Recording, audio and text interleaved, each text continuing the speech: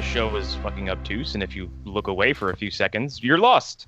That is correct. Might turn back into a random cow.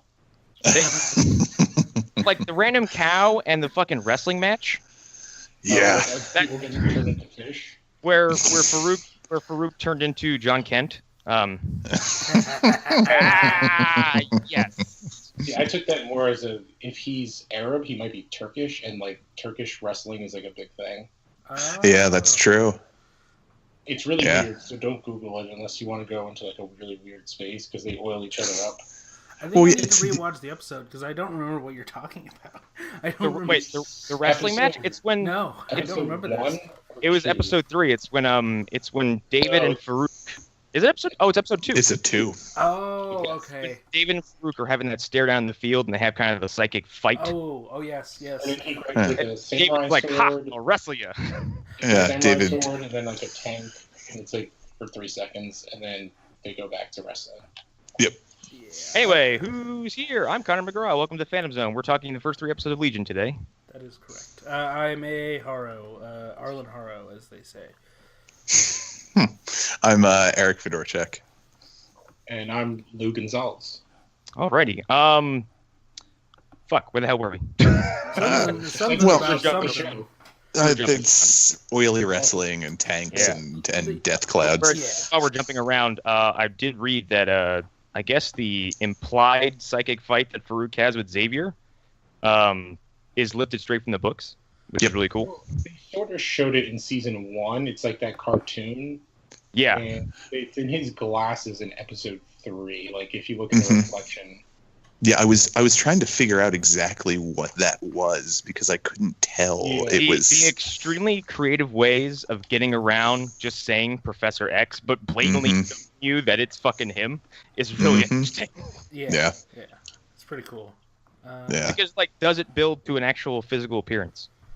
I don't know. I mean, Patrick Stewart has said that he's into it, so, I mean... It would only be him. They could not get McAvoy. No. Yeah, just because McAvoy wouldn't really make sense, I guess. Like... And if they tried to put old age makeup on him, it wouldn't work. But hey, before we go any further, maybe we should mention what we're actually talking about. Oh, yeah. I did. It's Legion's episode 1 through 3. Yeah, Legion season 2, episode 1 through 3. We haven't had a lot of time to talk about it on the regular show, so for these first few, we're putting it in its own episode. So trust me, everybody. I am also patiently waiting for the CW shows to come to an end because my endurance is starting to break. Oh, the 2 best shows are already over, so... Yeah, exactly. I mean, probably. I mean... Arrow could really pull it out in the last few episodes. Yeah. It's kind of winning back. It's one of those things when I first said, I'll start doing the CW shows with you guys. Like Arlen, if I remember correctly, you're like, are you sure? Are you sure? And I'm beginning to regret that decision. It's weird how much praise I can lump upon that little universe of TV shows. But then when you start to stretch things out and like examine individual parts, you're like, this is shit. This is all shit. Everything is shit. Collectively, it's wonderful, but when you break it down to certain parts, it's like, especially compared to this show. A lot of those shows just have a complete lack of like vision and kind of identity of what they want to be. Yeah, and of course, Legion is schizophrenic by nature. So, well, that's something I was saying earlier in the chat is that this show reminds me of the times that I was doing a lot of acid. And I feel like that has a lot of bearing on why, if you're not paying attention, a lot of it's not going to make sense because it's very much like stream of consciousness. Convinced that Noah Hawley has had a psychedelic experience in his life or recently. Yeah, some sort of multiple. I wouldn't be surprised if it was like he's one of those meditation guys who meditates for a month and then he who can successfully meditate without being drowned out by the noise in your own head. Yeah. Partially because of all the like Buddhist stuff, specifically in these last 3 episodes.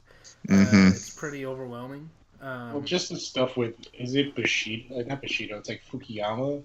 Like, that whole thing is just so weird. Yeah. Yeah, and the Tibetan throat singing throughout this entire that's episode. awesome. Yeah. It's so cool because it's such a unique sound, and it just adds to the show. And Legion really hasn't changed that much from last season, which is something that I like. I was gonna say it has, but it hasn't, because it seems like Legion 1 was like, hey, let's test the waters, and Legion 2 was like, yep, I know what temperature this is, and they just went fucking whole hog on the weirdness. Yeah. Like, the big differences I can tell at this moment are darker color palette so far, a lot darker color palette, like, and also Noah Hawley in the first season, he would play around with the camera, like you go from a super wide angle lens to like a VHS tape format. This feels less Wes Anderson-y than season 1. Oh yeah. Yeah, definitely. Far less. Yeah, Let's just do weird stuff for no reason, and much more like weird with a purpose, I guess. This season. Yeah. I feel like in this show, there's nothing that's not done with a purpose. Yeah. Like, I look at every little thing. I'm like, what does this mean? Mm-hmm. Well, that's. Oh, go ahead. I was gonna say, like, I know at least in episode 2 that they kept going back and forth from different like aspect ratios. Like it was going like this weird like extra wide. Yeah. Right, have the black bars, and I was like, what does that mean? It's like this means something else. Like, is this a different? Well, two things. With what you were saying, Connor, about this feels less Wes Anderson-y, I feel like it's going to feel like another director, but we don't know who yet.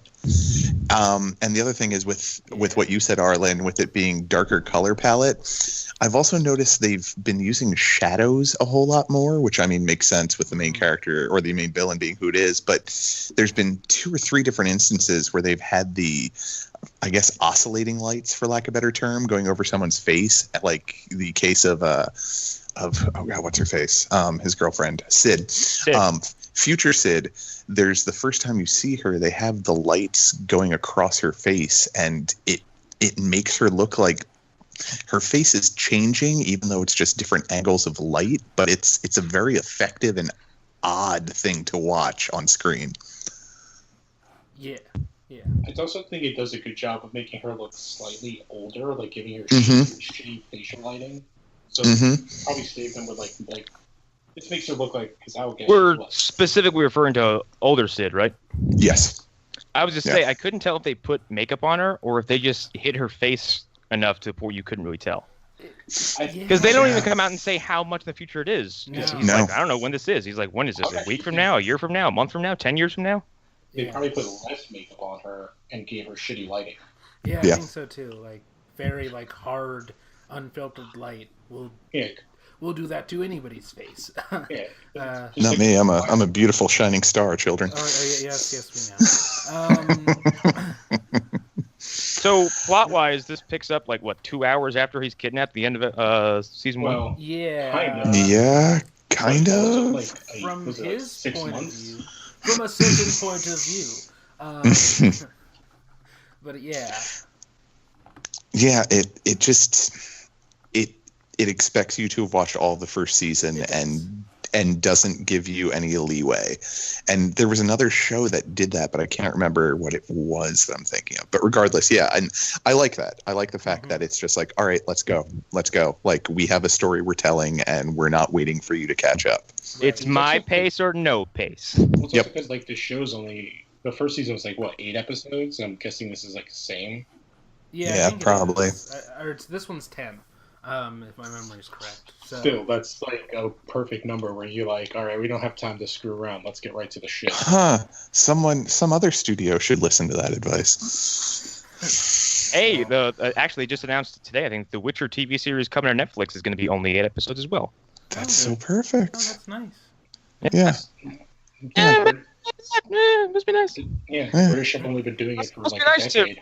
Nice for season end, right when it doesn't wear out its welcome, and then year and a half later, you're still like, oh my god, season 4, will you please end? Right. Yeah. That sounds great. In a perfect world. You know what should have stayed at 8 seasons? What? The Walking Dead. Anyway. Or Supernatural. I can't believe Supernatural is now in the double digits. Wait, it's still going? It's still going. It won't fucking die. They literally had a Scooby-Doo episode. Oh god. Like in continuity. The crossover with the CW verse with DC stuff is inevitable at this point. Big joke about it. Yeah, probably. Yeah, I think like all Stephen Amell and those two guys both want it. Well, the one guy to tie in is he was on 2 seasons of Smallville, so he's no. You said it. Wait for it. Wait for it. Here he comes. I can hear him running through my backyard right now. I definitely do it on purpose because I was also a huge fan of that show. But he was one of the terrible bad guys. I'm pretty sure he like statutorily raped Lana Lang. Yeah, because he was a teacher. And topical. Yeah, I was gonna say that's something to say for After Dark. No, those are during the college years. So I mean, it's still creepy, but legal. Technically. Well, he was a member of a cult, and he was just trying to get her to join. Well, ties in. He was on the show with her. What was it? Was it like his mom hated the Luthor family? They were like a rival Luthers. Right, and they thought Lana was a way to get to Lex. I thought it was like magic or some shit. Well, magic was part of it because Lana found a stained glass painting, stained glass. She was like a reincarnation of like some ancient woman. Honestly, the more I hear people talk about this show, the more I wonder how it went to 10 seasons. It went to 10 seasons because once a show goes into syndication, CW can just keep on selling episodes. So you can be watching TNT anytime in the last 5 years and run across a Smallville episode, and TNT is paying CW every time they run it. Like the show, the first 5 seasons are not bad. Like conceptually, like when he's in high school, it's like a good show. Once he leaves high school, it becomes this really weird. Right. Especially once they start introducing other heroes. Because it's like, why don't you just put the costume on? So it's the Gotham problem. Right. It's like, why are you waiting Except 5 that years? Except that by the time it gets to like season 8, he's like almost 30. Right. Yeah. So actually, not to veer too far off topic, but I just read a headline the other day that says Gotham is getting a major reboot that's going to change everything. I'm like, sure, you going to make it good? Well, and for the audience that might be listening to this, if you couldn't tell, we all like Legion. So yeah, it's so good problem. That's what it is. Yeah. It's also like the type of show it is makes it hard to like break down. Well, because how do you break down verbally some of the things you see? Right. Because it's something you have to observe and understand in context, or it's just sound like nonsense. I guess like, we could explain to someone that the main character of the show speak to someone who's got a fucking basket on their head while he's surrounded by 3 mustachioed feminine androids. Yeah. Yeah, they're androgynous. Okay, I just got that. Androgynous androids. Well, they are and they aren't. They're androids. They have like women bodies, and some of them have like sort of man faces, and other ones don't. And they all have weird bobs. Well, the other thing was when my wife and I were watching either episode 2 or 3, she had mentioned like, "Oh, isn't that the guy from Black Lightning?" When the monk showed up, I'm like, "Wait, no, that's not. It just happens to be another albino black man that's getting work." He's super short too. He did when I first saw him. Yeah, he's much smaller though. Like he is. He's a very tiny man. But still, when I first saw him, I was just like, "Wait a minute, is that what? That would be really bizarre." No, never mind. Right. I just thought it was interesting that 2 of the shows that I actually really like happen to have albino black men. I'm gonna say it again because we said it last time we talked about Legion. Like, it is so refreshing to see someone take a comic book property and do something with it that no one's been doing or has bothered to try to do. Right. It's purely outside the box thinking. Well, and I appreciate it like a base level just for that. Well, and it's so originally done that no one can really touch this style ever because it would just come across as a pale imitation. Right. And also, like, the character really lends itself to this weird world. Mm-hmm. Like, there's floating tree thumbs pointing things. Yeah, that was something when once I first saw I noticed that in the background, I couldn't take my eyes off it. No. Oh, I'm like, why? And are they hallucination? I'm like, well, they can't be because they're always there. Well, that, And and I'm like, trying to figure out if they actually are pointing towards at important things. Right. it's also like the world of Legion is really hard to establish like where and when it Yeah. is because Yeah. it's just so fucking weird looking. It's like almost steampunk, but like better than that. It's steampunk almost mixed with like a heavy dash of late 60s, early 70s style. You know what it is? It's like it's very analog. Yes. Yeah. Like Yes. like when they're switching the wires, I'm like, Mhm. it's weird. Do they have cell phones? No, I don't think I've seen a I single don't think person I- use a cell phone. The They have thing is, like, radios. everybody seems to dress like they have a 70s influence on going on them. Yeah, it's Yeah. very 70s and 60s, but Everyone dresses very out of time. yeah. Especially the club flashes. Like the club, everyone's just very almost not disco-y, but like kind of disco hippie. Mhm. Like, Yeah. And like kinda. Sid is always dressed in a very kind of throwback style. Yeah. she looks like she should be on Mod Squad. Yes. Yes. But so with what we know so far, Farouk wants his body back, and Right. we haven't really figured out what's happened in the future with Sid talking to him. But the theory I'm running with is that Farouk is either going to take over David's body, or David is going to be the one who ends up destroying the world. Yeah, I think that's. I think it's David. Yeah. But I don't know if it's him actually doing it or if it's Farouk having taken his body, because there's going to be some sort of issue when they finally do find the monastery. I don't think one it's other- Farouk. One other thing, just like before I forget, how weird is it that each episode has like a 5-minute narration from John Hamm? Oh, I was gonna. It's so great. So it's so weird because it's also meta because John Hamm uses that voice when he does car commercials or did car commercials in the past. So it's John Hamm car commercial cutting into an episode of Legion, and a few times I almost fast forwarded because I thought it was a car commercial, but then I saw the weird little creature coming out of somebody's hair. I was like, not a car commercial. No, Definitely I not. thought the intro is episode 2 or 3, the one where about like if a community tricks themselves into an infection, it Mhm. becomes It's 3. physical. Yeah. Yeah. Mhm. I was like, I want this just isolated. Like I want a whole series on this. Yeah. This is really good. Well, I think it's interesting because each one like directly ties into the episode, and then we get a callback because that little thing shows up in episode 3 and crawls into the dude's Yeah, and ear. like now they have like individual title sequences now. It seems Mhm. Mm-hmm. that all kind Yeah. of play into whatever's going on.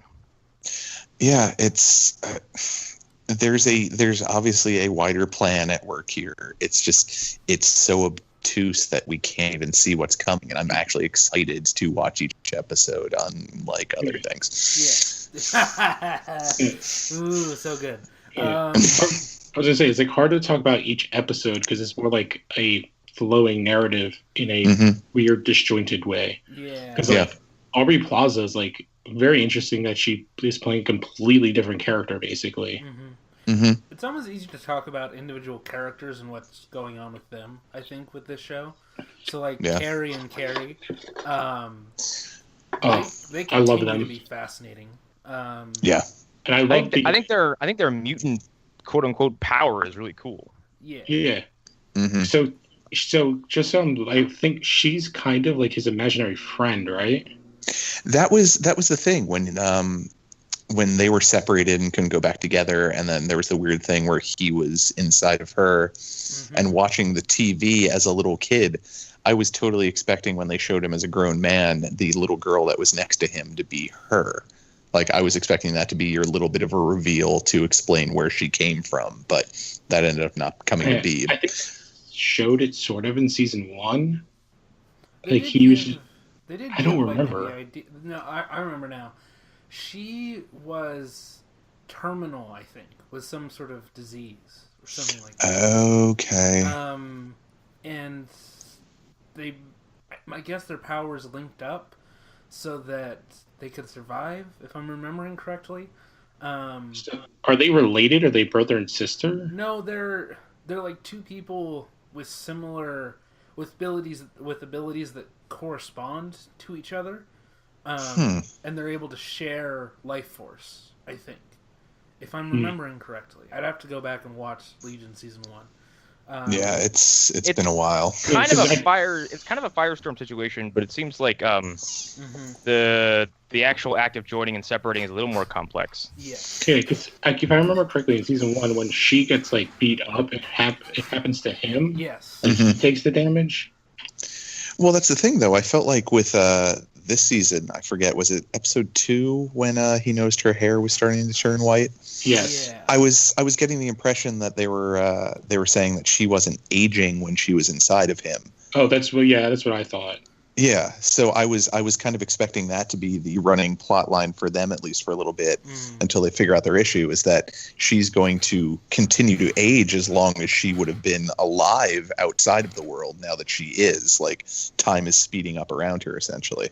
I did like in episode 3 when they're like, oh, she's basically been in him for so long. Like, she's barely outside of him that she's never eaten and never gone to the bathroom. Yeah. Right. Yeah. I was like, so she's like, her outside life has been so minuscule compared to being inside of him. Well, yeah, she just shows up to fight. So that's really about her only purpose. Yeah. The music, I noticed it in season 2 especially, the music has also made a jump off it too. It's very immediately intriguing. Mm-hmm. Yeah. There's some very interesting choices, to say the least. Now, do you think we ever get like rock solid establishments of like a larger X-Men universe, or are we just gonna kind of hang out in the outskirts and just kind of tease? I don't think it would work for this. Yeah, I don't think so. You can't. Either. Well, no, I'm not saying like bringing fucking Wolverine in his yellow and black spandex. Actually, Noah Hawley would find a way to make that really trippy. And He fun. probably would, make it work. But no, I think just having any acknowledgement of the wider mutant universe within Marvel Comics, it wouldn't work for the story they're trying to tell. Right. Well, they have said that there are mutants in the world. I think they've used the word. Right. And they. They've definitely referenced mutants before. It's just And they kind of. Yeah. And in that cartoon in season 1, when he's talking to himself, like the whole cartoon of Xavier. And that's what I said. Like, they have shown you very blatantly that David's father is Xavier. They just haven't gone about calling him by name yet. Like Juggernaut hasn't shown up or whatever. Like, nothing like that has happened. I'm not asking for Juggernaut or fucking Jean Grey or like the Savage Land or some shit like that. But here's the thing: you say Savage Land, that's exactly the kind of thing that if David ended up in the Savage Land, that would be fucking awesome. Like that would be an interesting place. The place where I would see them try to tie it in, especially with the movie with Dark Phoenix, would be like Mr. Sinister, like have like Essex Corporation or something like that be like involved. I'll say the movies teased Sinister fucking ages ago with the end of Apocalypse. Yeah.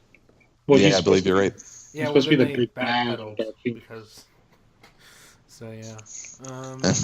I would honestly hate if Dark Phoenix looked around and was like, "We're connected to Legion." I'd be like, "Fuck you! You don't have the right." No. That would piss me off. Like if David Haller had a cameo in Dark Phoenix, I would be like, "I don't like Legion anymore."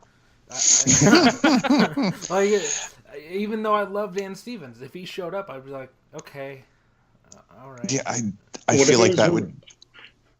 I feel like that would just be them trying to take advantage of the goodwill that Legion has earned. The only thing I would like is if at the end of the movie it's just like him and he's like, "Oh wait, hold on," and he just like erases it all, and he's like, "Sorry, I just like didn't take my meds this morning." And then he just points to a Disney logo. He's like, "There you go." He just like buckles into like a ride and like in the golf ball at Epcot. Yeah. He wakes up in the Guardians of the Galaxy ride. God damn it. But no, like if the other characters from X-Men on David's level showed up, because like it's really just him and then Shadow King, unless there are other people in here that we are supposed. Are there any other psychics that would even exist if we're to believe that like, oh, there's a third thing coming? That's not one of the two of them. I think that's possible. I think it could just be like. So he says let me run down a list real fast. Yeah. Let me pull something up. I mean, Xavier and Jean Grey would be the only ones that are on the same power level as either of them. I mean, could it be an X-Man. entity? X-Man would not work. That would be far too much explanation. And they're already using Cable and Deadpool. Yep. Yeah. So they're gonna like de-age. I don't even know. No. Yeah. Are there other sort of eternal forces similar to the Dark Phoenix? Like, are there other weird energy beings in X-Men lore that have similar capabilities? I mean, you could make an argument that Proteus is it. I think he's Xavier's son with Moira McTaggart. Like, he kind of was, but he was still more a physical being. So I don't know as much about X-Men lore because there's far too fucking much of it for me to keep up with. Franklin Richards, no. Mm-mm. Well, actually, but I mean, okay, so you don't have to do Franklin Richards, but a character similar to Franklin Richards. You know, I mean, one thing they haven't explored in this, and I wonder if they will, is even if this is a world where it's just mutants that exist, the government trying to replicate mutant powers must be a thing that happened in this world at some point. Mm-hmm. So you could have a sort of a team of people who at some point tried to turn themselves either accidentally or on purpose into mutants, and maybe they had a child. So you could do Franklin Richards without using the name Fantastic Jesus Four. Christ. Well, I just remembered Proteus would actually work really well, especially if it's your brother you never knew of. Because Proteus, I was trying to remember, he's kind of like a leech. He jumps from body to body. Yep, and he absorbs their life force so quickly that's why he has to jump around so much. I'm not seeing many people here. I'm not seeing many people here who I even fucking know of. Like, the biggest name I've seen outside of like major X-Men characters is fucking Strife. Yeah, but once again, he's a Cable clone. Yeah. Is he? Yes, that's what he is. I don't know jack shit about Strife. He's a clone of Cable, except he's dumb and has a really goofy outfit. He looks like fucking chrome-plated Wolverine. Yeah, he does. Kind of. He's like future Silver Samurai, but it's Cable. Yeah, he looks like what would happen if like Disney decided to bring out the Disney on Ice, except it was Marvel and they gave them nothing but B-tier people. It looks like if Image made a rip-off Wolverine character. I'm sorry, wait, they did it right. Well, no, the Strife was created by Rob Liefeld, so. Yeah, it's all that 90s off himself. I mean, so here's the thing. I'm looking into Proteus right now, and it doesn't have to be Proteus, but like, I mean, he has like what was it? He has a problem with his body, his cells burn out. It could be that David becomes Proteus like he could, his cells could start to not be able to keep up with his body, like a certain show that we have to watch every week. And that could be why David turns bad. Maybe, I don't know. Maybe he takes over Farouk's body. That's a thing that could be done. Because we haven't seen Evil David. I mean, we're assuming it's Evil David, and I'm assuming it will be Evil David. Yeah. Here's one of my questions with the plot, because you just mentioned Farouk's body. So they kind of said Farouk is like older than Jesus. Yeah. And how is his body still alive without him in it? At least what's his name's body was like kind of on ice. I have a theory, and it's that he had children and he just kept them alive to take their bodies. He's like Plymouth from Dragon Age. Yeah. I'm just gonna assume that I'm just gonna pretend that I know your reference, but yes. Arlen's like, video game? How do? Please reference Shadow of Mordor. No. Limit your references to Mad Max and the Shadow series from Lord of the Rings. Yes. And Arkham. It's a damn shame, because I think you'd fucking love Bloodborne. Yeah, I think actually... It's horror, and then halfway through, it's like, surprise, Lovecraft. I I've said in the chat, I will try anything once. So My worry is that the difficulty level would frighten you off forever. Fair What's enough. It's the Dark Souls, right? Yeah, it's the same team, and I feel like it's easier to pick up and like really get good at, but it's punishing. I was playing it recently, and I was like, hold on, this is patently unfair from an artificial standpoint. But anyway, Legion. Yeah, so let's talk about the sex scene in episode 1. I don't remember this. It's really weird. I mean, it's Legion, so of course it's weird. But like, well, does it really count as a sex scene if it's on the psychic plane? I'm counting it as a sex scene because it's the only way that they can have sex. So it's it's a loophole, I guess. But yeah. Well, she can switch places with a cat now, so I mean, I don't know. What are you trying to say, Lou? I don't know. David's got some real weird tastes. That cat sequence is hilarious, by the way. It really is. I do love the fact that she is just turning herself or switching places with a cat constantly, just for fun. Well, it is an interesting thing for her to do. Yeah. Oh yeah, I mean it makes sense too, because obviously she would get bored with not being able to, or get lonely not being able to touch anybody. So why not affect something that would be happy to be switched places with to an extent? Well, I mean, if I had the ability to live like a dog for an hour, fuck yeah. Mm-hmm. Yes. Well, that's what makes me interested to see what episode 4 gives us, because in 3 we visit two people's like perfect worlds in quotes, Yeah. and he's in hers. So I'm like, and it's a snowstorm, and you see a house. I'm guessing it's like her with like a family and giving hugs. Like, I don't know. Maybe. It's just hugs all the time, just But I did think nonstop. It's Fargo. Hello, North hug. Dakota. Those two like these sequences were amazing and so interesting. Mhm. Especially, I always forget the older woman's name, her character, but I was just like, like. Which, speaking of her this season, this was the first episode that I actually kind of gave a shit about her again, because she's just been getting high off blue smoke from the elephant's nose, and this was the first time, like, oh yeah, she's actually a character that I liked in the first season. Like, that's interesting, because I remember a problem that we had in the first season. Everybody who was reviewing it, we had a problem with connecting to any of the characters but David. Like, that's something I distinctly remember saying many times, is like, David is interesting, and then the rest of these people are kind of just meh. And I think this season is doing a way better job of giving all the supporting characters something interesting to do. I would say from season 1, she was my second favorite character, and I kind of get why she is the way she is when we see her in season 2. Because she's worked her whole life to get this guy back, and then he comes back and he doesn't even remember her, and then he just screws off, bounces. And then she's just lost. I get that, but I feel like they haven't done a very good job of establishing that with her. And I understand, we're supposed to be continuing pretty much right after the first season. Like, you're expected to have retained all of the information from the first season and her pathos and needs and all that. I feel like they haven't done a very good job of making that more obvious, I guess. Yeah. That would be the way to explain I feel it. like she's barely been present if it's the character I think we're talking. Yeah.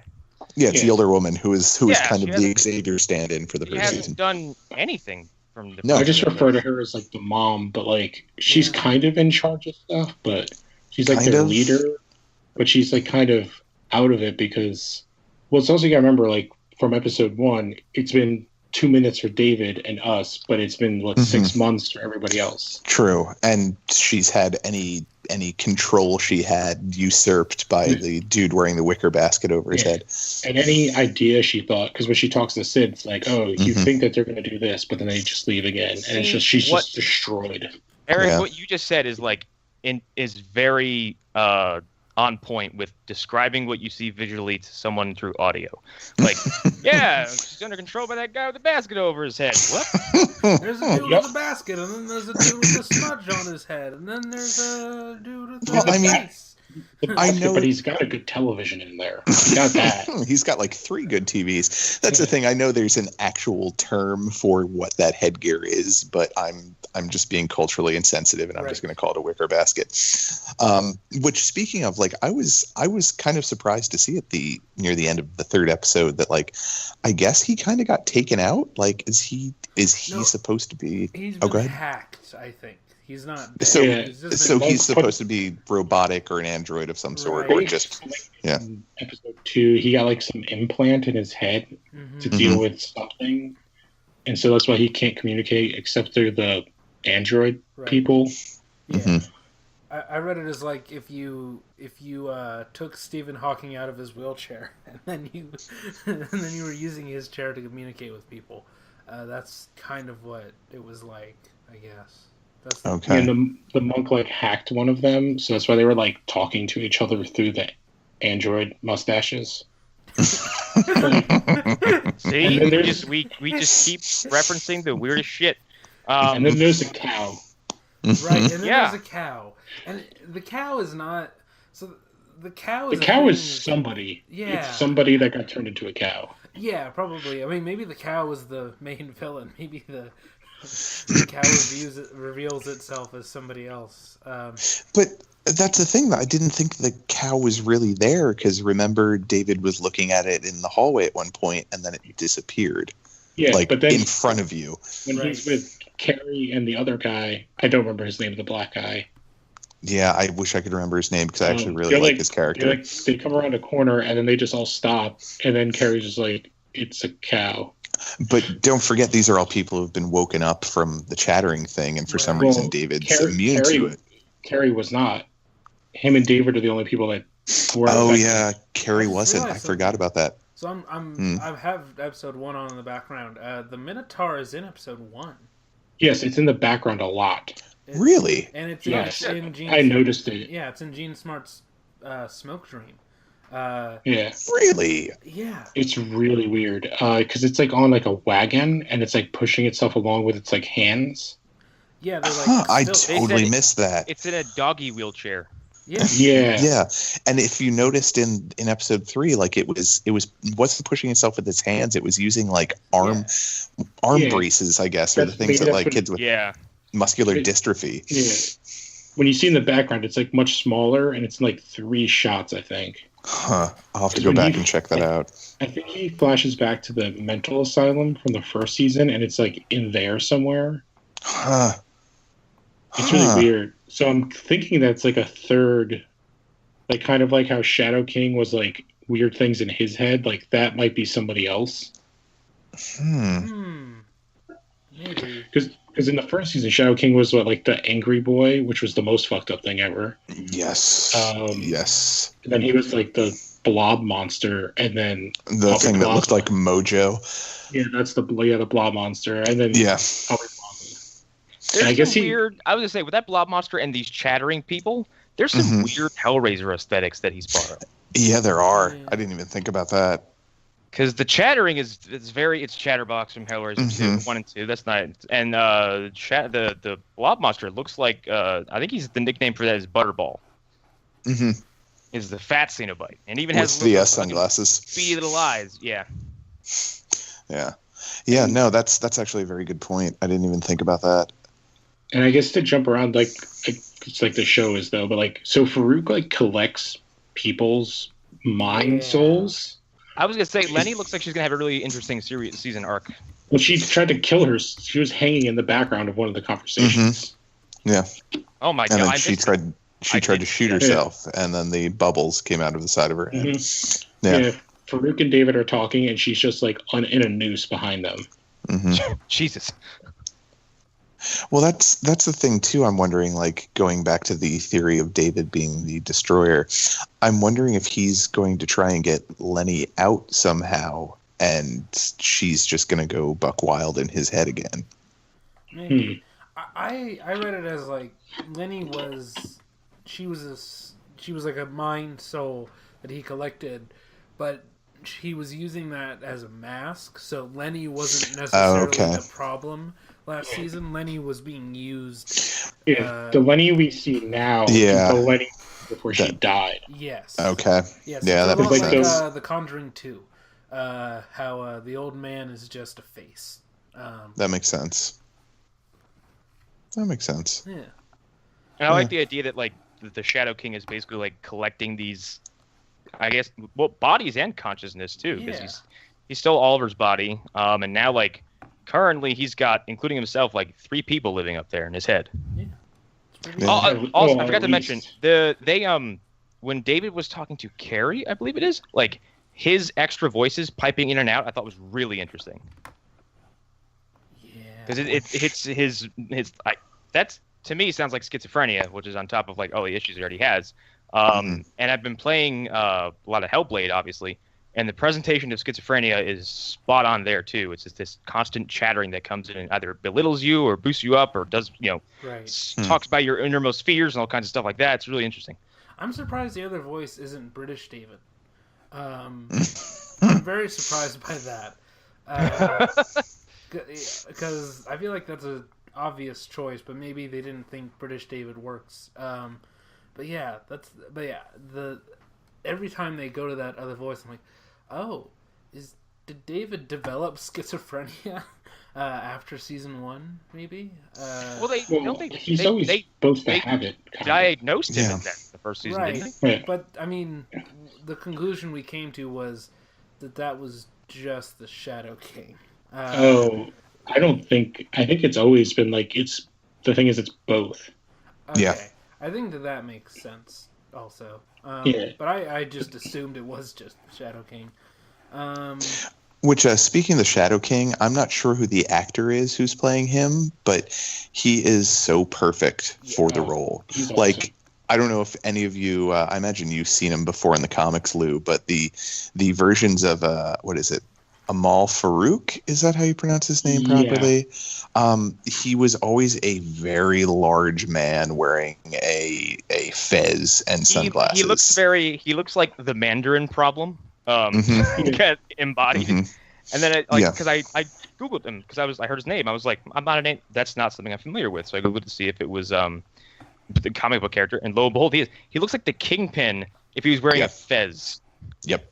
Yeah, the only time I really remember him was I think they did one episode of the old '90s cartoon with like Storm's backstory. Ooh, that sounds familiar. Yeah, they did. Her backstory is tied. That's how him and Xavier meet. Oh, he's controlling Storm as this. So he's like one of those guys in Apocalypse that gets like tossed into. I wouldn't know because I did not see that garbage. I still haven't watched the end of it yet because I just quit halfway through. I quit right after fucking Quicksilver, more or less. Right, gets his leg snapped. Whatever. Yeah, he didn't miss anything. I think I saw that at the end. I saw a clip on YouTube. I actually the reason I rage quit that movie is that like granted, Havoc wasn't a big character in fucking Days and First Class, but he's fucking killed so offhandedly, and then no one ever brings him up again. Yeah. He's a goddamn Summers brother. He deserves respect. It's cool. They'll bring Vulcan in or something along those lines at some point. Oh, God. But yeah, with the actor they have playing Farouk, he's just so spot on for what I would imagine the Shadow King actually would be. When he was doing his thing about like when Xavier came to like his country, I was like, this is how they need to play Black Adam in any sort of Black Adam movie. Yes. Ooh, that's a good... Yeah. Because it's kind of the exact same like concept, what he was explaining. It's like, I was a guy. I ruled my country. I did it our way. And some white guy just comes to our thing and says, no, they deserve more. Yep.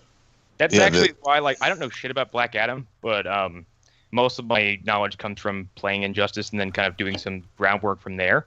And even in the Injustice 2, like in the story mode, like Black Adam is one of the first quote unquote villains to be like, oh yeah, we gotta work together because Brainiac's here, and there's no way I'm letting him destroy Kahndaq. Yeah, Black Adam's kind of got that Doom thing, like Dr. Doom thing, where he's a leader of his own country, and he just wants to do what's best for his people. So he'll always have bigger problems than what's currently at hand. Yes. Yeah, he's and he's also like a millennia old, and if he changes back, he'll die. Yeah. Actually, real quick, Eric, I want to mention that I think Doom's sequence in the Avengers books you sent me The first one is kind of hilarious. Which one is that?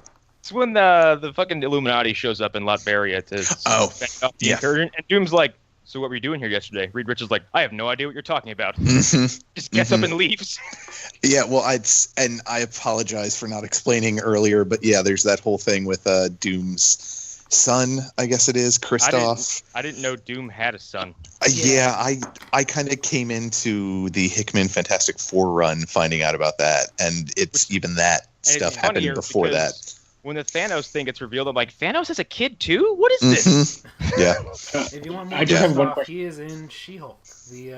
They brought back the Illuminati after World War Hulk. Yeah, but they're handled really well in the Hickman run. Like they're used really, really well. You can ask Connor. Like he's balls deep in it right now. I like how Captain America was part of that team for like 2 pages, and he's like, "I don't want to do this." And everyone's like, "All right, get the fuck out."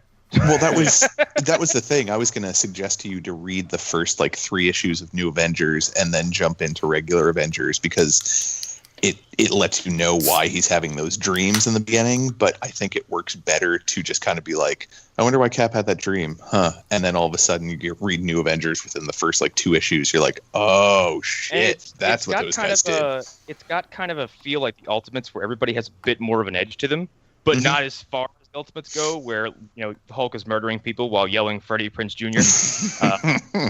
And Captain America isn't pointing at his A, saying this doesn't stand for France. Yeah. Everybody just kind of. Yeah, go ahead. I was just saying, they were just ridiculously awesome at some points. The Ultimates or the Avengers? Both. I like some of the Ultimates books were good. I think the first 3 major storylines in Ultimate X-Men were good, all the way up to when Magneto came back and then they took him out. Oh, yeah, the Ultimatum, that was not Ultimatum. No, Ultimatum I did not read, but no, it's not even they didn't kill him, but he came back and it was after Xavier had wiped his mind, and he came back. I forget exactly how. And started to basically attack the world again, and the X-Men all came and took him out, and then shit, what was it? It was Colossus was the one who took him out because he punched him. He was managed to pull himself up and take him out that way. Yeah, well, that whole series was weird. It was super weird. I stopped after that. I have the first 3 hardcovers of it, and that's it. I'm done. I think they used Ultimatum is how they killed off Peter Parker, I think, right? No, that was a separate thing. Ultimate Spider-Man kind of didn't get touched as much by Ultimatum. Okay. They're kind of on their own little tangent. I don't think I ever finished it because I just remember how lucky was he? Because Ultimatum is garbage. Yeah. We're gonna have Blob eat Janet Von D's dead body after she's been drowned. Isn't that great? And then we're going to have a bunch of multiple men attack Giant Man. He's going to set a bomb off to kill him. Oh, God. Anyway. Every time I hear the Ultimate Universe described, I'm like, that didn't happen. That's not real.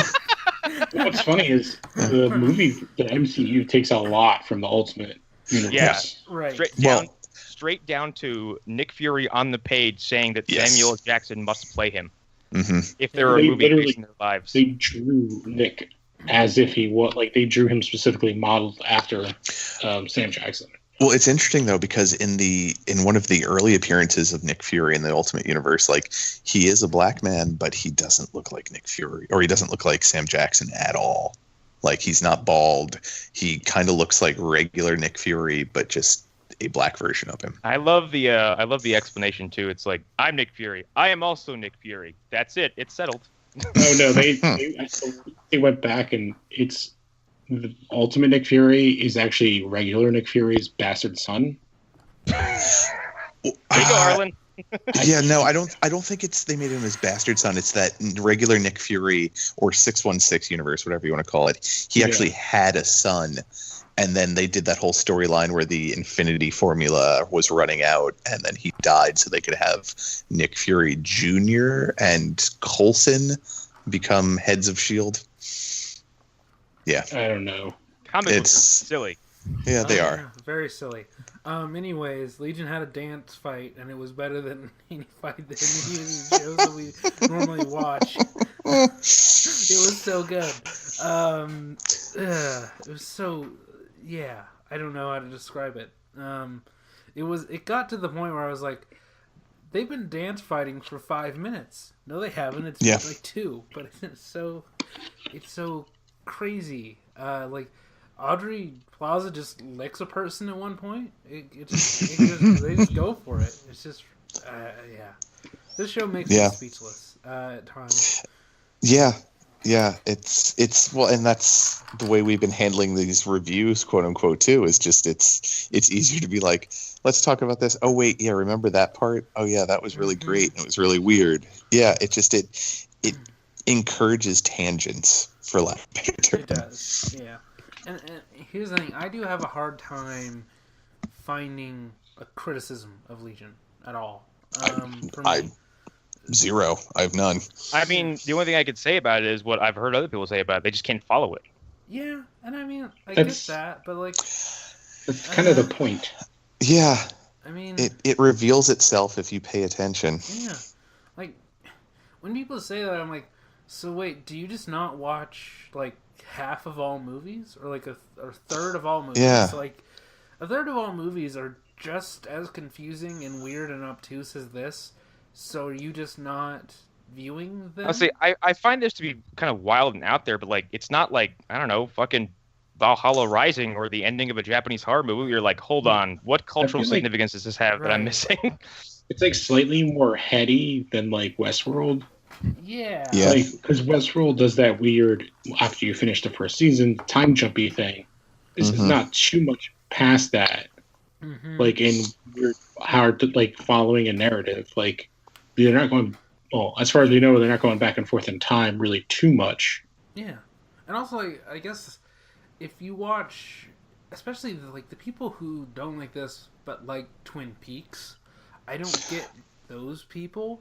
Dude, and here's the thing, like, I don't think Legion has done anything as nonsense as the sake of doing nonsense. And Twin Peaks, because it's run by fucking David Lynch, like, there are things that are nonsense for the sake of nonsense. Right. There's no reason for Mr. Jackpots in episode 3 of the revival, but it's fantastic, and I wouldn't have it any other way. Man fucks his entire audience. David Lynch is the only man in history who is brave enough to give fans an ending that isn't an ending, but implies that there's never going to be an ending, and then just says, I'm done now.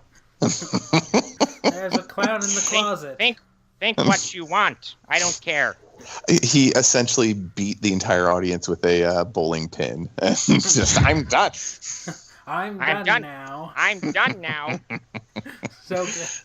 But no, what do you mean? And also, like, if you came to the show again, like if you came to the show from Fargo is like a training wheels version of Legion. It is. And I think the only person who could do Legion the way it is David Lynch. Yeah. I would actually pay money to see David Lynch's Legion. See, and that's the thing too with Legion is that it's had, especially with Noah Haley, is that he's had all this time to see all the shows that have and have not worked doing things that are quote unquote mind fucks, like Lost. And I mean, Westworld was airing while Legion was on, correct? Yes. So that was a little bit after, I think. Okay.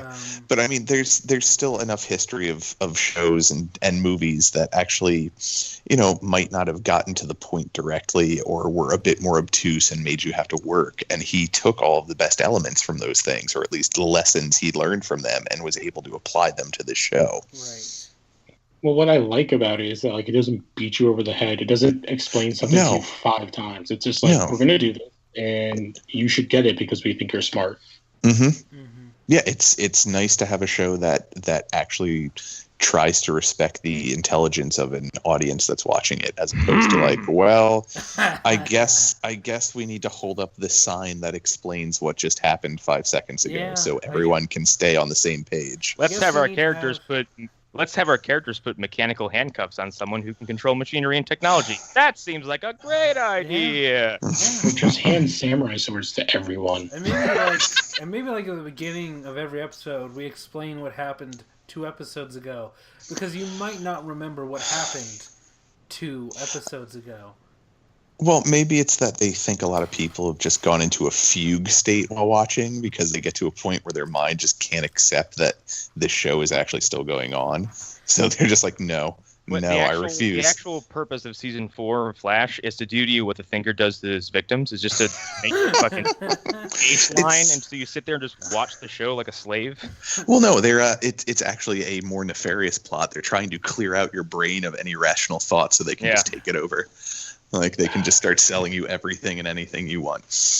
Like, I heard that April Fool's thing today. I'm so mad with an April Fool's thing today. It was like, confirmed, Savitar, Reverse Flash, and Zoom are all coming back for episode 22 of season 4. I was like, when is this happening? April 1st. Fuck you! I would take that so hard right now. Oh, man. Hey, and what's his name? Got referenced this week, too. On the other show. Oh, yeah. Zoom. We'll talk about that more later at some point. Yeah. And I'm all depressed. Thank you for talking about Flash. That's how much we like Legion more. Like here's the thing. Legion is kind of... I was more excited about Legion months ago when we started doing CW again. Because I was like, oh, I know we're doing Legion at some point, so that's good. Well, what bothers me is like, okay, so they're on different networks. Right. But, like, it's FX. Like, it's not like... I know they've done, like, some amazing shows, but, like... Yeah. How much bigger is their budget? Or do they just, since they only have, like, 8 to 10 episodes, they can just actually spend that budget in a real way that's actually... gives us a worthwhile product, as opposed to, I don't know, going into the woods every 3 episodes of Vancouver and looking at, ferns?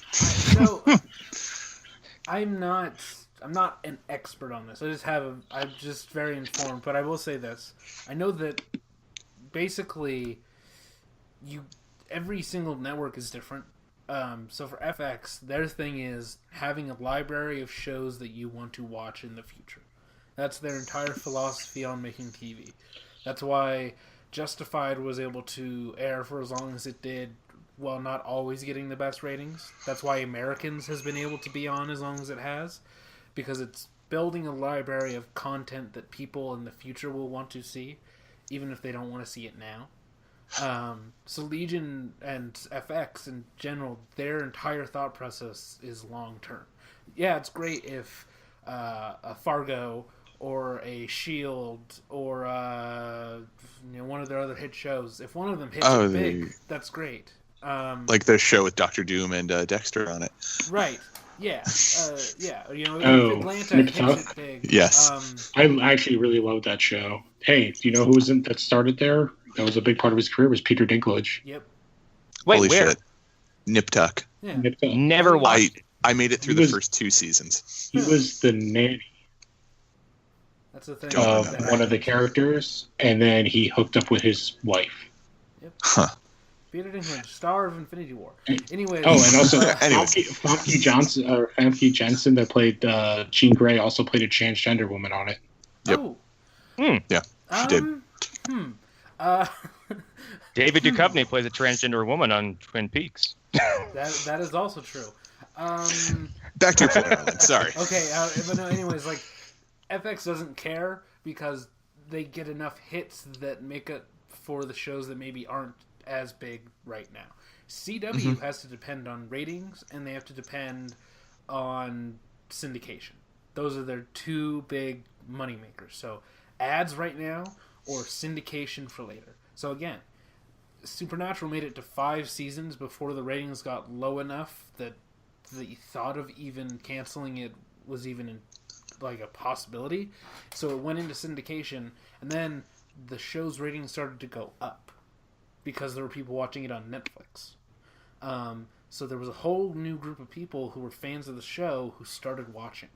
That's CW's entire business model. It's, enough people have watched this that they're gonna come back and give us ratings. But they're stuck in the old model of a show is 22 episodes. That's what it is. That's what a show is. That's how shows work. And it's really outdated and dumb. Because again, it's all about getting to 100 episodes. You can't really syndicate a show until you get to 100 episodes, usually.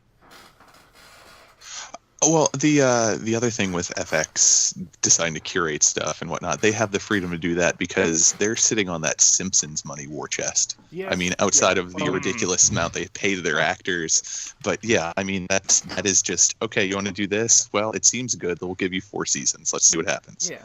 And the only thing I've heard is from like other people that have done shows on there, from listening on podcasts and stuff. Like they talked about that specifically on the FX. Yeah, I guess FXX.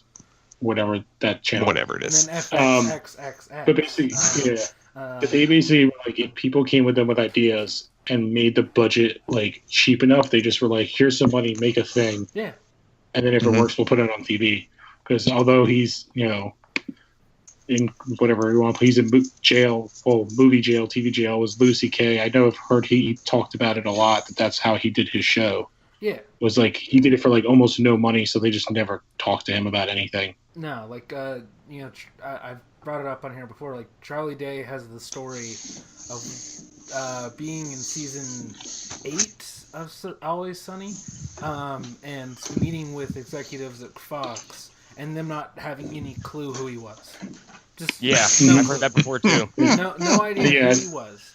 And by this point, by season the executives 8, at FX are like completely different people. Yeah, because by season 8, that show was already gigantic. It's only gotten bigger. It's to the point where you don't even need to watch Always Sunny to know Always Sunny bits. So yeah, it's pretty crazy. Charlie Day was a starring role in that John Wick fan fiction film coming out. Ooh. How angry would you be if you wrote John Wick right now? Oh man! Because it's like some Red Sparrow, Black Widow bullshit. Where you watch it and go, no, this is this thing. You stole it. It's like if somebody made a movie called Bullet Farm, and it looked like Mad Max, and it had all the same aesthetic, and it was just like so dead on. But there's no Max, and none of the characters from Mad Max show up. Isn't that like what Sci-Fi Channel was built on for forever? Kind of. but no, they would do it.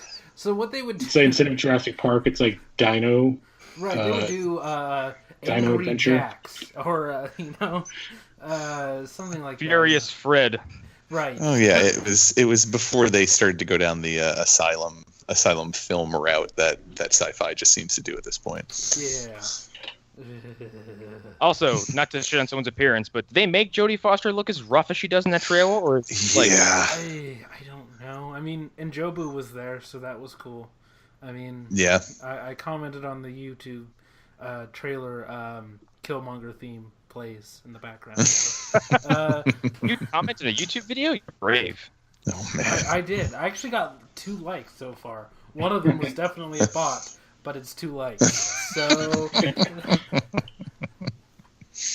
that's like saying I have X amount of Instagram followers, but 5 of them share the same account. That's just like one beard enthusiast.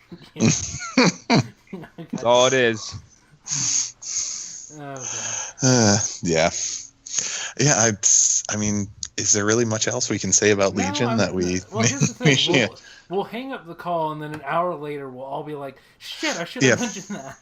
That's how Legion works. The only thing I can think of is that restaurant is so fucking cool. Oh god, there. Yes, the little boats. Mm-hmm. Yes. The boat waffles.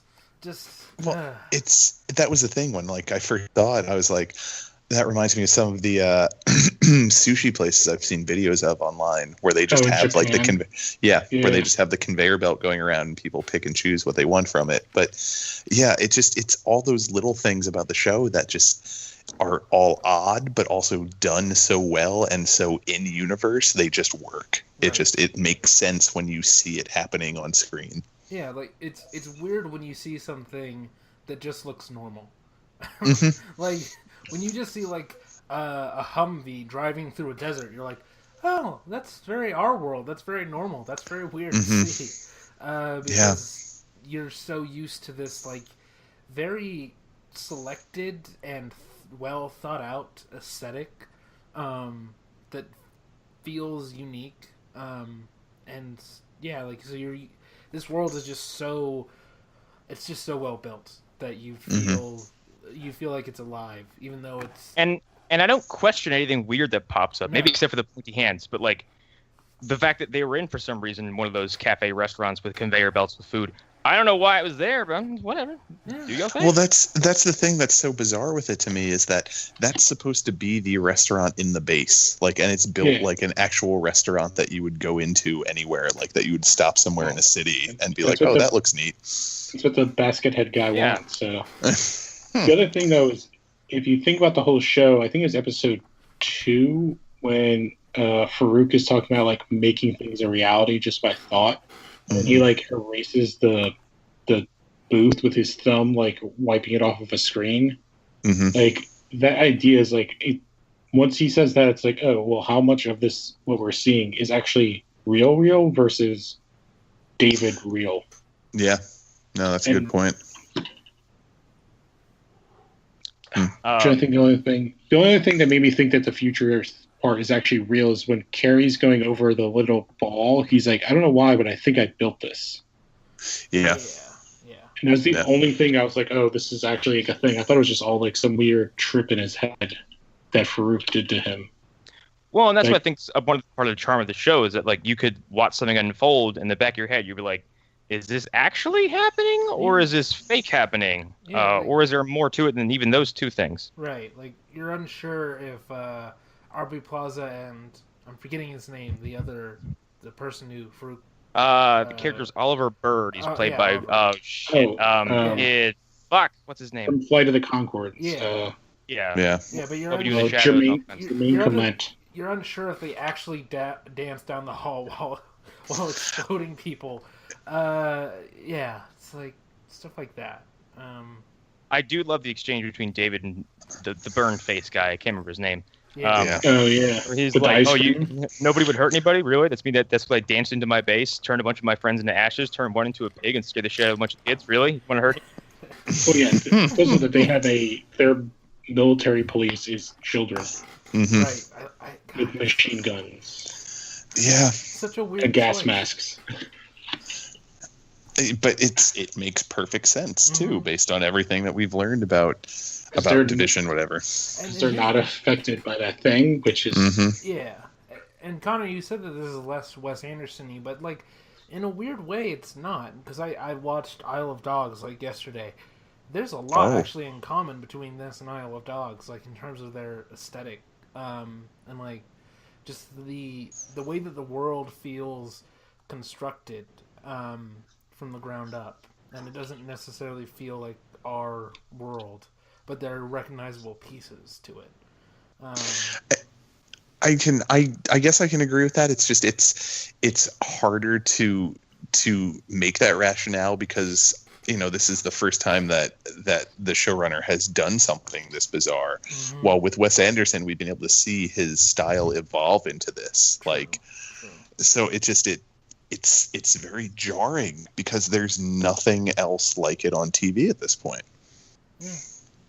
The closest show I could think of is American Gods has some things that are similar. See, and I would the Twin Peaks comparison I think is very spot on because there's nothing like Twin Peaks, and stuff that's tried to imitate Twin Peaks always comes off like an imitation. Yeah. Because there's no way you can penetrate David Lynch's head and figure him out because it's a weird ass dude. Right. And I think this show is very much a product of its creator's fucking brain, and it can only be that. Yeah. You hear me? I would love to do Legion. I mean, Jennifer Lynch did Jessica Jones, so I mean, come on. Oh, that's right. Holy shit. I mean, it's my daughter get a superhero show. I mean, Marvel TV is producing this and Jessica Jones, so yeah, I could see it. I don't know. Just give me a David Lynch directed episode of Legion, and I would die a happy mess. I would die, but here's the thing, though. It wouldn't be that different from what they normally do. They could totally do it. Season 1 did that silent black and white episode. Ooh. Yeah. They could do a one-off episode, and it would make complete sense, even if it was a completely different aesthetic. Which is funny you mentioned that, because Twin Peaks: The Revival did have an episode. I think it's episode 8. That is there's maybe 4 minutes of dialogue in the entire hour episode. The rest of it is visual, music, and images. That's it. Because he's trying to explain some of the lore of Twin Peaks, and it's all this super abstract shit. Right. Damn. Yeah, it's like all about like it all has to do with like nuclear testing and like what happens if you bomb an area too fucking hard. Like, do you crack the walls of reality or some shit like that? Yeah, Twin Peaks went places I didn't expect it to. Yeah, that's what I've heard. Yeah. There's too much to talk about. There's too much. I don't have too much to say about Legion right now. Also, because like we're in the early throes of the season, so we don't really know what's. It is, but it's about a third of the way through. Yeah. Like there's stuff. I mean, like this show is also still terrifying. It is. I said last year, Noah Hawley should direct a Conjuring movie. I still believe that because that moment when God damn it, Carrie gets pulled down into what's her name? The girlfriend. Sid. When he gets pulled down into her room, Aubrey Plaza is there in the corner, and her reveal is just like. Oh, with the glowing eyes? Yeah. Yes, the glowing yellow eyes. Yeah, like stuff like that. And like Oliver like growing 30 feet tall or whatever. Yeah, what the fuck? Well, I just find it hilarious that it's Jermaine Clement. And he's just such a funny guy. And it's like, because the first season he's like really kind of wonky with like the music thing that he does. And then this season he's like scary. Yeah. In his intensity. He's terrifying. He was the crab in Moana. Yep. Yeah. He's also the villain of Men in Black 3. Yep. Best part of that movie, probably. Jesus. I don't think I ever saw it. Men in Black 3 is good. Yeah, it's fine. That's the one that he goes back in time, right? Yeah. And where Josh Brolin does the best Tommy Lee Jones cosplay you'll ever see. Yeah, I mean, if you're comparing it to Men in Black 2... It's a masterpiece compared to Men in Black 2. It's super fun, and it's colorful, and it's... Yeah. It's Rosario Dawson. It doesn't have an ending quite like the first two, where it's always like a big reveal about something bigger than us. Oh, I thought it did. Doesn't it? It kind of, like a character implies that like it references the omnipresent and what's it called? Omnipotent characters in the movie. Okay. Yeah. Does he have like no eyes or like a million eyes in that movie? A pile of shit has a million I eyes. can't remember if it's that one or the second one. It's like a character with like weird eyes or it doesn't have any eyes. In 3 or 2? 3? It's been a while since I've seen it. No, but like Jermaine Clement like has more. He has like the ability to make new mouths. I want to say. He also like shoots, he's spikes out of him. His character's basically made of crab legs. Is the best way I could describe him. Like he's just constructed of like crustacean shells and bullshit. Yeah, I'm like Googling a picture. He's like made out of like these legs that have teeth at the end of them. Like, yeah, everything about him is prickly and weird. He's a very disturbing character design, which goes a Oh, long way. yeah. This is what I was thinking about. He has like the weird glasses, or like his eyes are like empty. Yeah, that's a thing. Yeah, that's what I was. So I have seen it. Oh, okay. Do you remember the twist ending then? No, I definitely don't. Oh well, then you're better off. The twist ending involving J and K. Yeah. Is K's dad? No, it's close to that though. It's very close to that. I don't know. It's almost too coincidental to the point where you're like, no. Yeah, it's no. So it's like a fate thing, which is goofy. It's extremely sentimental, but logistically, you're like, this is way too convenient. Right. It's like what am I thinking of? There's a movie where they like. It's like any situation where something was random, but then you make it unrandom, and it becomes less impactful. You know. I can't remember what I'm thinking. When you add unnecessary meaning to something that was a throwaway thing? Yeah, kind of. Like. You mean like calcified Speed Force? Right. Sorry. Or Anakin being a virgin birth or whatever. Like, yeah. Yeah, that's never brought up again. Oh yeah, I woke up one day and I was pregnant. That's weird. Anyway, can I borrow your son? But he's the chosen one. Midi-chlorians. Okay, I think we're good, actually. Yeah, like sand. Actually, I heard there's a canonical reason why Darth Vader doesn't ever go back to Tatooine, because the sand will fuck up his robot body. I mean, he has an actual reason to hate it. Hilarious. So, yeah. I would have to look at the comics. I think he went there recently in one of the books. Oh. I mean, unless it was a different sand planet, because there's like a shot where it's like just him and there's like 1 million soldiers. Well, he's Rey's father, so yeah. So that was Jakku? Yeah, probably. I mean, I'm spreading that rumor. Also, Luke is still Snoke. That is literally impossible now. Literally impossible. Mean, we don't know how long Is he's it? been able to force project. It's gonna be one hell of force projection if you can hold up that torso for as long as he needs to. Did any of you guys watch Rebels? No. I have tried, and it doesn't do it for me. There, when it gets to like actual good episodes, the same thing with like Clone Wars, where there's like episodes that deal with like the overall plot. It's awesome. There was like a big rumor that it was Ezra was Snoke for a long time. The only thing I liked from Rebels that I've seen was Darth Maul finds Obi-Wan Kenobi on Tatooine, and he's like, "We're gonna finish this once and for all." And then Obi-Wan, in his old ass age, finishes Darth Maul faster than he's finished anybody in any movie he's appeared in. And Darth Maul's like, "Well, shit," and just dies. So yeah, there was a build up. Obi-Wan doesn't take a step. He just swings once and kills Darth Maul. Oh man, because they have right before that is like I think there's like 2 or 3 episodes where it's like they go to a Sith temple, and there's like 5. I don't remember what they're called, but they're like not full Siths, but they all have lightsabers, and it's like Ezra. Oh, the Inquisitors. Yeah. So there's like 4 or 5 Inquisitors. Oh, the only thing I saw from Rebels I liked was the what is it? What's that goddamn Twi'lek's name that everybody loves? Oh, she's not Twi'lek's. Freaking from Clone Wars. Yeah, when she faces down Darth Vader and like knocks his part of his mask off, and like that's one of the only times you get to see. One of the only times you get to see like full body Darth Vader, like, and you get a peek into his mask, like see what little humanity there is left of him. Yeah, the only other thing that's cool is like lore-wise. Well, one, Thrawn is awesome when they bring him in. And then they show up with the Darksaber, which is interesting canon, is a lightsaber that the only Jedi who was a Mandalorian built. Whoa. And it's a black lightsaber.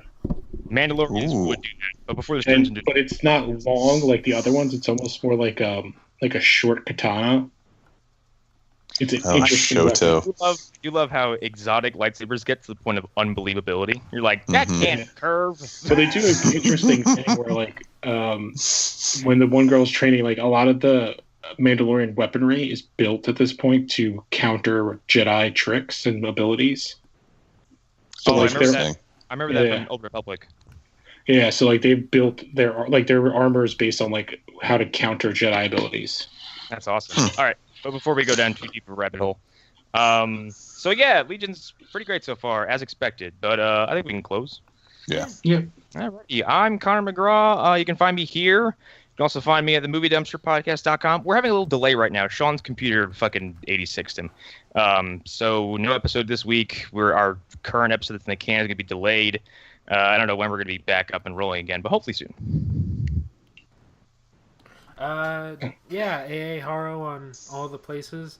Lots of stuff coming up. Lots of episodes on this. Dude, and on Infinity War is a week away. Yeah. I cannot wait. Yeah. So I don't want to get lost into a tangent, so I'll save it for next time. Yes, please.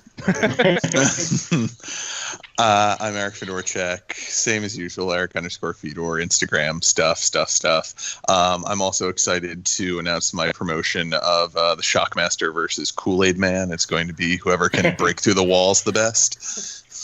Yes, I'm still waiting for Alan to come jumping through my window like Jason Voorhees. We talked about Smallville. Oh well, Alan was going to be the surprise guest that someone was going to say, "This is much like an episode of Smallville," and then Alan was going to jump through the wall as the lights went down. My goal is to bring up Smallville every episode until I do an episode with him. I think, and then don't mention it at all. I think I'm just going to pitch a Smallville podcast between me and him. The next time we have Alan on, I think we should conjure him by saying Smallville 3 times into our mirrors, and that's when he joins the call. Smallville. Here I am. Yeah, Michael Rosenbaum is in the MCU. Oh yeah, yes, yeah. He is. Anyway, that's everybody. Yeah. Bye. Bye. Adios. Bye. Fuck X-Men Apocalypse. Fuck X-Men Apocalypse especially.